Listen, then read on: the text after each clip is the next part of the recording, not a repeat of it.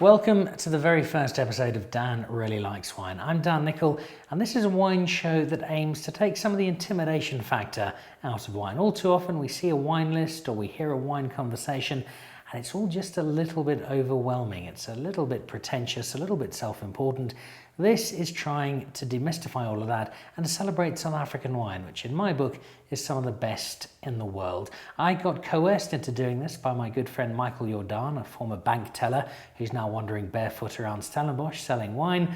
He reckoned this might be the way to go, and I reckon if I have to spend each week tasting some fantastic South African wine and sharing it with all of you, well, I'll be all right with all of that. And we do have a wonderful selection of wine to start off with. What I thought I'd do is start with week one with 4 wines that I really, really love. None of them are terribly cheap, but they do celebrate the very best of South African wine. I love red blends, and these are 4 of the best. And the one I'm going to start with here is a great example of how to just add a bit of value. If you're watching this and you're a winemaker, how do I sell my wine for a bit more? Well, you'll see the 3 wines here are all wrapped in paper. That probably adds 15% to what you can sell it for. If, however, you put it in a box, that's got to be another 30% minimum. Throw that price up and away you go. Add the ribbon, that's another 5%. And you can see that there's a business mind behind all of this. And the business mind in question is Jeremy Ord, the man behind Dimension Data and the man in tandem with Kevin Arnold, who's behind the Waterford estate, who provide our very first wine for Dan Really Likes Wine. Well, the seal here shows that it is a 2009, so it's had a good 7 years in bottle to really grow. And voila, you've got the wine wrapped in paper. So it's making as much money as the others. So we'll open it up. It's not an inexpensive wine. You're not getting much change from 1,000 Rand for this. And what I really love about the label on this is that's the entrance to Waterford. And when you visit it, just the aesthetics make it worth the visit.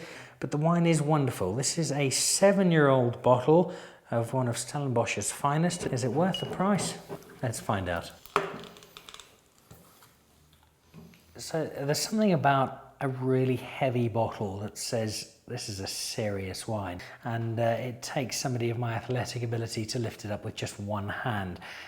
And this is a wine that, because it costs so much, you really do expect rather a lot from.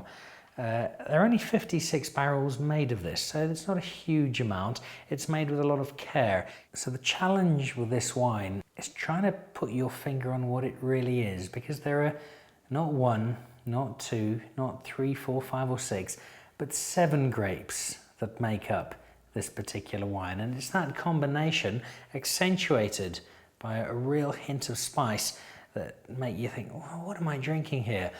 If you're trying to work out what you're drinking varietal-wise, you'll battle. But if you're trying to work out what I'm drinking in terms of, gee, this is awesome, well, then it's not too hard to realize that it is something really good indeed.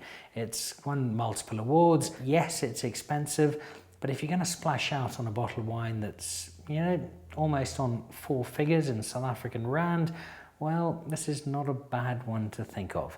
However, there is some competition, because as good as this is, we've got 3 others this week that say, you know what, I qualify for exactly the same space as well. So our second wine this week comes from a good friend of mine, a man whose golf is marginally better than mine, 4 majors and an incredible record around the world. He could have quite simply put his feet up and said, you know what, that's all good. But he's branched out into wine as well. He is Ernie Els, and the wine that he's produced with the assistance of Louis Strydom, who is his winemaker and who runs the Ernie Els winery, is magnificent. Now, I've always had a soft spot for Ernie Els. His nickname is the Big Easy, which is one that he shares with my first girlfriend at university. But his wine is slightly more salubrious, and this is the pinnacle. It's done particularly well in America. It maybe hasn't been as celebrated as much in South Africa as it should have, but consistently in America, Robert Parker giving it 95, 96 points. And as you can see, it's wrapped in paper, so it must be good. They put together some really nice packaging. This just looks good, doesn't it? You see it and you think, you know what? I think that's a good bottle of wine.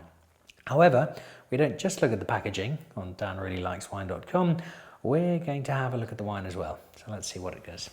So the colours are deep red This is a Cabernet Sauvignon base. It's got a touch of Malbec, a little bit of Petit Verdot, some Cabernet Franc, and some Merlot as well, just to smooth things over. See how it goes.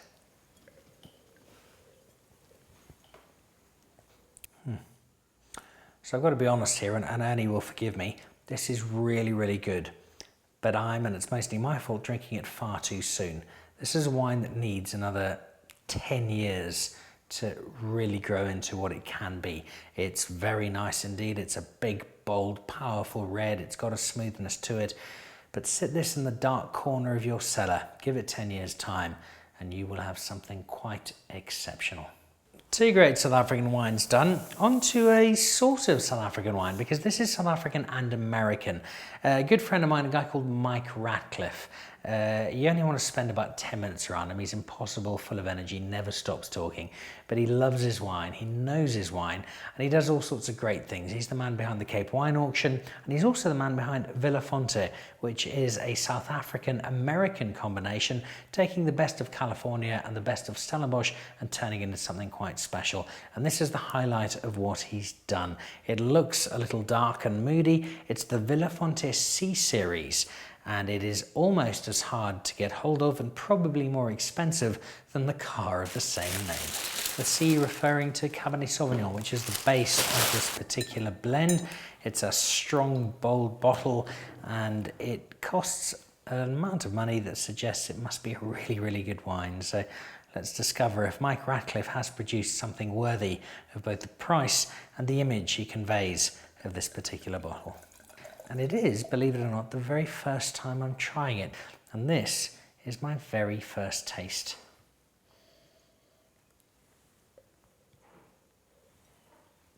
This is a really strong wine.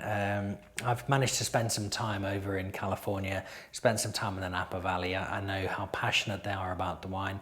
And this is a fusion of the very, very best sort. The Vilafonte brand speaks to wine that's had a lot of time put into it, but also a lot of cross-pollinated knowledge, and this really does pay testament to that. It's got that big, bold flavour. It says this is something special. This is something you are worth investing a bit of money in. Again, it's a 2012. It's got a long time to go. The other bottles I'm going to bury in the garden somewhere where my wife can't find them, and ensure that they age a bit, because it's good now. It's going to be really, really good in time to come. But yeah, for a 2012 and a bottle of wine of this sort of nature, it really is exceptional. And so to our last wine for our very first episode of Dan Really Likes Wine. And this comes from the Rupert stable. Multiple vineyards and a great interest in wine stemming from Johann Rupert, who, let's be clear, is a friend of mine and a man who's introduced me to a number of wines. But this, I think he'd probably agree, is the best of the lot. The blend that they make under the Anthonij Rupert label is quite exceptional, and this is something I've been very lucky to get. It is a bottle of the 2008. Now, outside of breaking into Johann's cellar in Franschhoek, and I wouldn't recommend doing that, this is probably the last bottle you'll see. And again, it's wrapped in paper, so it must be good. If you have a close look at the label, it's the Manor House at Lomorat, and Lomorat is where this particular wine comes from. It's a fairly straightforward blend. It's 40% Cab Sauv, 40% Cab Franc, and 20% of that softening Merlot that's used so well in so many blends. And again, it's just that big, strong bottle. I really like these bottles that are a little bit heavier and add to the workout. You're doing a bit of gym before you drink your wine, so it kind of cancels each other out. This is 2008, so you're 8 years in. It's a wine that should by now have settled into itself, have smoothed itself out, and just have that feel of, crikey, this is something really, really good. And I kind of suspect that's what we're in for. So the nose is always something everybody makes a huge fuss about, and not unkindly so. When I pick up on this, I remember growing up in rural Zimbabwe, as I did, and we used to spend a lot of time stealing mulberries from the next door neighbour, and you get that berry feel from this particular nose. Amongst others, that's the leading feel. How does it taste?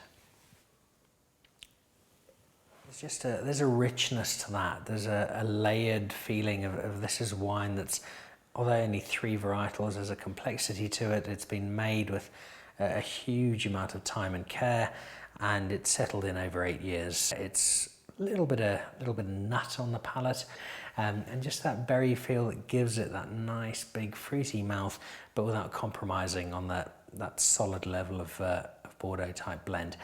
Cabernet Sauvignon shining through. It's a really, really nice wine, and sure, I don't think we could have had a better one to wrap up our very first episode.